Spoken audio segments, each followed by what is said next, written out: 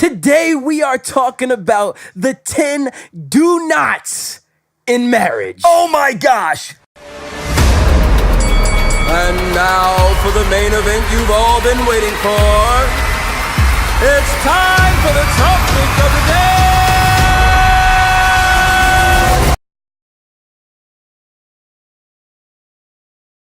Move on, number 6. All right, number 6. Don't ask your spouse questions that you know you don't want the answer to, Nope, don't do or it, that y'all. you know will spark an argument. I understand if you want to come to draw some sort of conclusion. I understand that. Sometimes people need closure. But if you're not ready to handle that, then you're not ready to ask the questions. Number 7 is a lot like a previous point that we made, but don't enter relationships with celebrity crushes. You have to do away with that. We have to practice self-control. Dax, how would you feel if your wife came up to you and said, "Oh my gosh, Jason Momoa is so dreamy"? I don't know who that is, Julian, but I'll be honest with you. Not everybody has a problem with this. Not everybody really struggles with this insecurity, but, because they'll never meet the celebrity or anything, and I get it. But what if you did? Are you basically saying, "Oh, we'll never meet him anyway"? So if you did, what would happen? And he just throws himself at you. You're gonna have a tough time dealing with that. Anyway, for me, I don't like the comparison, and I've actually expressed this to my fiance, and she's expressed it to me as well.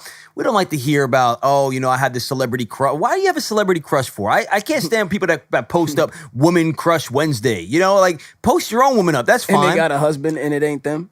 And because of some fantasy celebrity crush, you got to be careful with that stuff too. I'm not going to dig too deep into it. Me personally, I do get a little bit insecure if my girl was like, "Oh, I love him," but she doesn't. But if she did, because I'm like, am I not enough? Am I not? Because you look at yourself and you say, okay, I'm not quite as good looking as him. I noticed that. So that's what she likes. I'm not. I feel incomplete now. Great. What do I got to do to get better looking for her? And it's not you're not operating out of a level of comfort and confidence that your woman thinks that you are the hottest and the most beautiful, gorgeous person on the planet Earth. And that's really what you need in a relationship. So I do get a bit insecure if that was the case, but it's not, thankfully. So we just keep encouraging each other instead of telling each other about some random celebrity crushes, which we don't have. I don't even know any celebrities out there, Julian. I don't care about celebrities. I think it's important that you don't enter it with celebrity crushes, because the moment this is known, this is now the person that your husband or wife measures themselves against.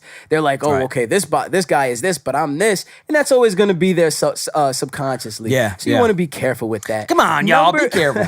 Number 8, very simple. All right, guys, listen, don't do this.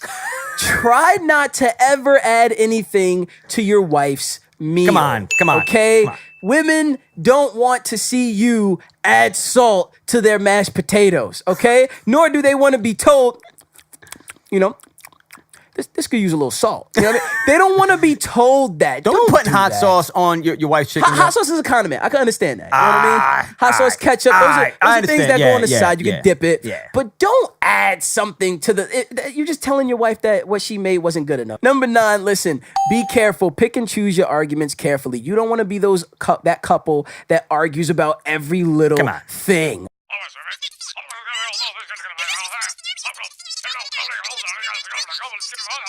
Okay, it's not fun to be around couples that are like that. So manage your pet peeves and all that stuff responsibly. Dax, what do you think is the best way to handle the little pet peeves that we all have in our relationships? The best way to handle the pet peeves? That's tough, Julian, because pet peeves are one of those things where they've bothered you for so long. There's something that get on your nerves, and it's not a major thing. It's just those little, I think that realistically, I'm not a relationship expert. I'm not claiming that I'm going to be one, but the way that I've handled pet peeves or try to is just really just trying to look at the better or the good that outweighs the little pet peeves. Because if you can operate from a place of there's so much better about her or him, whoever you're talking about, than this little issue. So if they, cough too much during the podcast, you got to figure, so in the moment it might, but I feel like the one way that would actually diffuse an argument from a pet peeve would be to make a joke out of it. So when Julian coughs, okay, Julian, he has a clearing throat thing, and today he didn't bring his cough drops, and sometimes when he coughs, it's like, I can't concentrate, all right, but that's okay. Now, what I've learned is that Yeah, it's annoying. It is. I'm not going to front. But do I have to put him down? No, I'm not trying to put him down now. I'm just speaking real. So do I have to put him down? No. Or I'll be like, Julian, shut up, bro.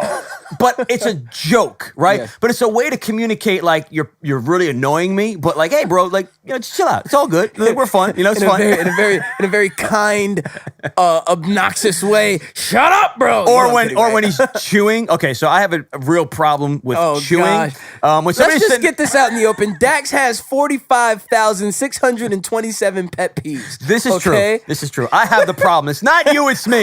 But when somebody's chewing, like this guy eats steak and it's like freaking, he's got the whole It's cow in his mouth, steak. bro. The whole cow in his mouth.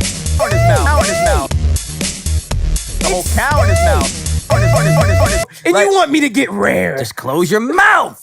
It's That's hard. it. Listen, man, it's hard. It's chewy. Listen, I think the best thing to do is just try to make a joke out of it and then get your point across that you're able to express how you feel, but it's not in a way that's communicating, frustration. You're really kind of just laughing about it. And I think if the partner knows that this is a pet peeve, they'll understand. So, for example, my woman knows that the chewing thing is like, chew with your mouth closed. When you start chewing on chips, you like just chew with your mouth closed, and I can deal with that. Anytime I look at her, she's like, oh, shoot, yeah, you're right, my bad. But she understands my pet peeve. So maybe another solution is that the other person can understand the pet peeve as well. And then you guys can kind of find a middle ground and work on that so it doesn't become an argument all the time. And, Maybe just putting it out there in the open in the beginning from the get-go, and then, having forbearance throughout the relationship when it happens, understanding on both ends. Make fun of the pet peeve. Absolutely. Let's move on. Last question, Julian. Last question. Not last question. You know what I mean? Last thing, point. Number 10. Yeah. Try not to say no too much. No. In a relationship, there's a lot of requests that happen. You may request a massage. No. Someone may request, hey, baby, can we go to the beach? No. Hey, baby, can we get some ice cream? Okay. No. Try not to be the bearer of bad news all of the time. Don't be a party pooper, y'all. You don't have to be a yes man. Know when to say no, but don't be lazy and let that be the reason why you're saying no. If you Facts. are lazy, that should drive you to say yes, because that'll get you up out of the bed and do something that'll better your relationships.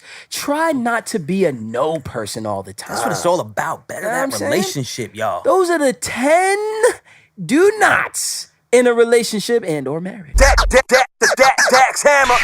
And Julian.